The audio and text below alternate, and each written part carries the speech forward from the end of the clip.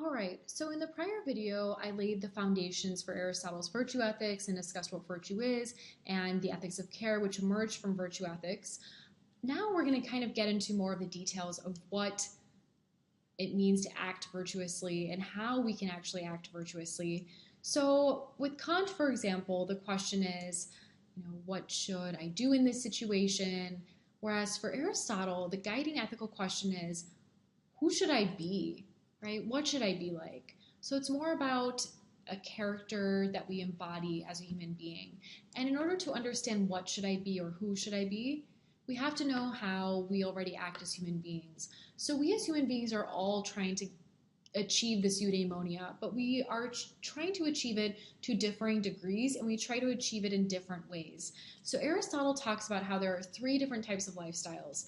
The first type of lifestyle, which he believes the majority of humankind falls into, is a lifestyle of pleasure. So think about short-term enjoyment and desires and appetites. This painting here is a painting of King Sardanapalus, who was an ancient Persian king. And this king was basically all about the pleasurable lifestyle, right? If you remember when you read Aristotle's virtue ethics, he refers to a guy named King Sardanapalus. Well, this is who he's referring to, right? So you can see King Sardanapalus laying on the bed in the back, just watching everyone go about their orgy, bestiality, whatever else is happening in this video or in this painting. And so he looks a little disinterested. He doesn't really look happy. He was thought to have died in an orgy. So he was all about having sex and drinking and all the luxury and the riches of life, right? But he wasn't really fulfilled.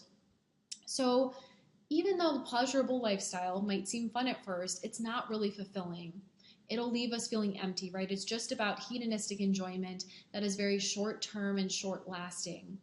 Yet Aristotle believed that a majority of humankind lives a pleasurable lifestyle. So most of us end up living this type of lifestyle or just being focused on trying to live this type of lifestyle. And we're missing out on a lot, right? There's a lot of things that we aren't really able to achieve or experience if we're just focusing on pleasures. So this is where we get into the second type of lifestyle, which is a political lifestyle. Now, you don't have to be a politician to live the political lifestyle. I did put Obama here because I felt like he was a good example of someone who lived kind of a virtuous lifestyle where you're doing the right thing. You are also trying to achieve eudaimonia, right? Very intelligent person. Yet at the same time, it's done through a conventional path. It's done through a conventional way. So through the political lifestyle, you're trying to achieve eudaimonia, you're acting ethically, you're acting virtuously, you're acting appropriately, but it's not as if you are doing it through an unconventional lens. You're not necessarily living a life that's unique or authentic, but you are a decent human being. So think about people who maybe grew up learning a certain religion and then they start to practice that religion, but it's not as if they came to that through their own exploration. It's just something they were kind of born into or they were told it's the right thing to do. So some people do fall into the political lifestyle, right? So kind of this virtuous public lifestyle. The third type of lifestyle, which the few of us fall into, is the contemplative lifestyle, which you can guess for Aristotle is kind of the highest type of lifestyle. It's the most ideal type of lifestyle, yet so few of us fall into it. A contemplative lifestyle is about contemplation, right? Reflection and thought and striving for knowledge, striving for wisdom, not just striving for those moral virtues where you're doing the right thing and treating people well, but those intellectual virtues of wisdom and knowledge and truth. Contemplation is the most self-sufficient activity. We don't need other people. We don't need money, right? All we have is ourselves, our minds, in order to be able to contemplate. And this is the most ideal lifestyle. You're trying to achieve eudaimonia, but you're also trying to understand the meaning of life, right? So very few of us fall into this, but this is the most ideal lifestyle for Aristotle. So given what we know about how human beings already exist, how they already are acting, how can we strive to be virtuous? Well, Aristotle believes, and this quote is from Nicomachean Ethics, virtue is a sort of state that does the best actions concerning pleasures and pains, and that vice is a contrary state. So we as human beings are always assessing what we have to do in order to achieve pleasure and what we have to do in order to avoid pain. right? Very basic and simple in that way. But we're not just thinking about our own pleasure or our own pain, we're also thinking about the pleasure and pain of other human beings we coexist with. So what does it mean to do a virtuous action? What does it mean to be virtuous? In order to do a virtuous action, you have to act virtuously. You're not born virtuous. You're not born viceful. It's all about how you act consistently on a day-to-day basis, right? So I can't be a mean person yesterday, right? So yesterday I cut someone off when I was driving and I gave them the finger and I was really mean to them. And then today I felt like being really nice and letting someone cut me ahead of me when I was driving, or I opened the door for someone. That doesn't make me a virtuous person, right? I have to consistently act virtuously. So it has to be a characteristic that we embody. And so acting virtuously then makes us virtuous people. But how do we do a virtuous action then? It's all about understanding our context. So a virtuous action must be done at the right times. So think about the situation you're in. Where are you at? Are you at school, work? Are you hanging out with your friends? About the right things, so the right types of actions, the appropriate types of actions towards the right people. So would one action be inappropriate towards a colleague versus another action being appropriate towards a friend? For the right end, do you have just goals? Are you just trying to hurt someone? Are you trying to sabotage someone? Or are you trying to help someone? And done in the right way. So are you doing something without your full effort into it? Are you in a rush? Or are you really giving the time, putting yourself into something? So as you can tell, it's not easy, right, to know whether you're acting virtuously or not. It's not easy to do a virtuous action because unlike for Kant, it's not about being universal, right? It's about understanding the particularities of the situation we're in and then figuring it out and saying, all right, I should act this way or I shouldn't act this way. But the context and the particularities, right, they differ for every situation. So for example, the way you would act with your friends on a Friday night is not necessarily going to be virtuous if you acted that way in the classroom.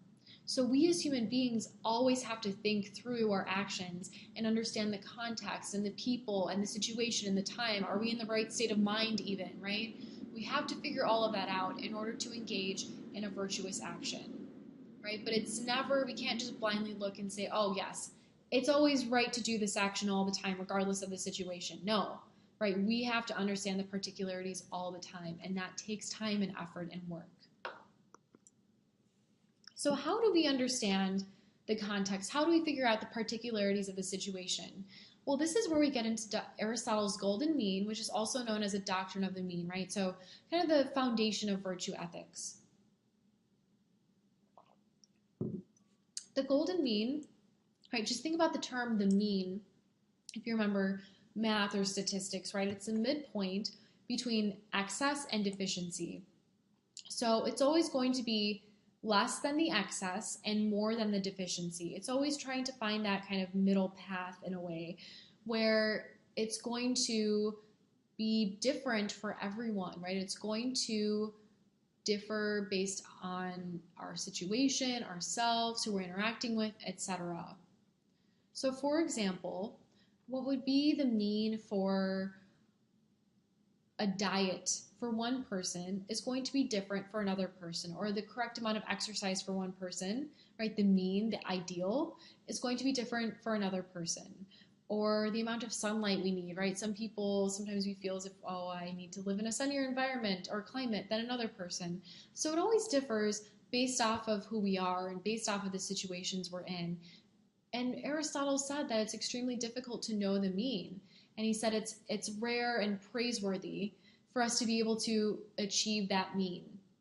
But not every mean or not every behavior or action contains a mean. Some actions or feelings are so inherently viceful and terrible that they don't contain a mean. There's no virtuous or right way of engaging in that. For example, murder, rape, kidnapping.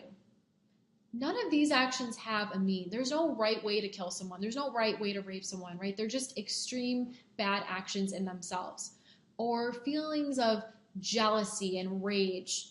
There's no mean to these feelings, right? They are just inherently excessive.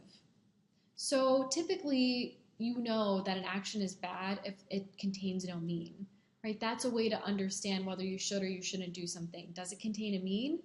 Right? And if it does contain a mean, can I understand this mean in this situation given the state of mind I'm in, given the particularities of who I'm interacting with, given my end goals, given what I have to do in order to achieve these end goals in mind, right? It's a very intense process that we have to kind of strive for, that we have to consider in order to achieve the golden mean. So how do we then understand the mean in order to be virtuous, right? What are the prerequisites of acting virtuously? Well, virtue doesn't come from a wish, right? You could wish to be virtuous and never act virtuous, right? Many of us wish we could wake up at 6 a.m. and go jogging every morning and be super productive at work and then eat healthy and then come home and read poetry, right? And write poetry. Well, no, right? We can't, just because we wish for something doesn't mean that we're actually able to achieve it. Virtue also doesn't come from a feeling because feelings change all the time. We can't trust feelings, right? We talked about that with Kant as well. Virtue doesn't come from a belief either because a belief has to do with something being true or false when it comes to knowledge, and virtue's not really on those axes, right? Virtue has to do with ethics, with what's right or what's wrong. So virtue comes from a process of decision making, right? It comes from our rational abilities. If we act rationally, if we understand what we have to do rationally, then we'll be able to act virtuously, right? So it comes from a process of decision making, from a process of deliberation. And this process of deliberation is where we understand what promotes the end, what promotes the end goals of the situation, but also not just the ends, but the means to the end, what we have to do in order to achieve those goals, right? So we're understanding, like I said before, the particularities of the situation in order to act virtuously.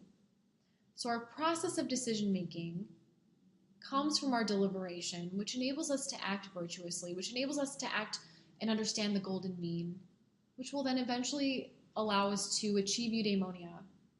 So Aristotle kind of sums up this notion of deliberation in this quote here that I'm going to read out, where he says, "We have found then that we wish for the end," right, so this goal, "and deliberate and decide about things that promote it." So what do I have to do to achieve this goal? "Hence, the actions concerned with things that promote the end are in accord with the decision and are voluntary." We cannot act virtuously out of fear. No one can coerce us into acting virtuously. We have to really know what we're doing. We can't act virtuously out of ignorance, right? That's impossible. We have to fully understand the situation and understand everything that goes into that situation, right? So we have to will ourselves openly to act virtuously, and we have to know everything about that situation that we can possibly know. To continue on, he says, "The activities of the virtues are concerned with these things that promote the end." Right? So virtue is voluntary. It comes from our free will. It comes from our knowledge. It comes from us being able to understand what we have to do in order to achieve a certain goal. Right? And that's pretty much virtue in a nutshell, right? Virtue ethics. We desire eudaimonia. We have to act virtuously. We understand how to act virtuously through reaching the golden mean, through understanding the particularities of the situation. So when it comes to being virtuous and viceful, it's completely up to us. It's not predestined. It's not dictated by someone else. We are not naturally more viceful than others or more virtuous than others. It's really up to us to act vicefully or virtuously, and then we will inhabit that characteristic. So I have some examples here of different virtues, right? And you can see how bravery or courage is the mean between an excess of rashness, of just, being completely arrogant and saying, "Oh, I have nothing to fear in this situation," when there's like 10 people standing with guns, right? Or deficiency, which has to do with cowardice, right? Basically saying, "Oh, I'm scared of doing this. I'm just afraid of things all the time. I'm never going to leave my apartment," right?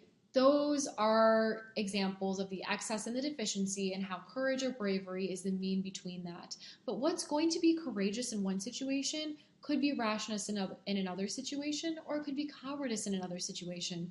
So it's really about knowing when we ought to be afraid versus when we shouldn't be afraid.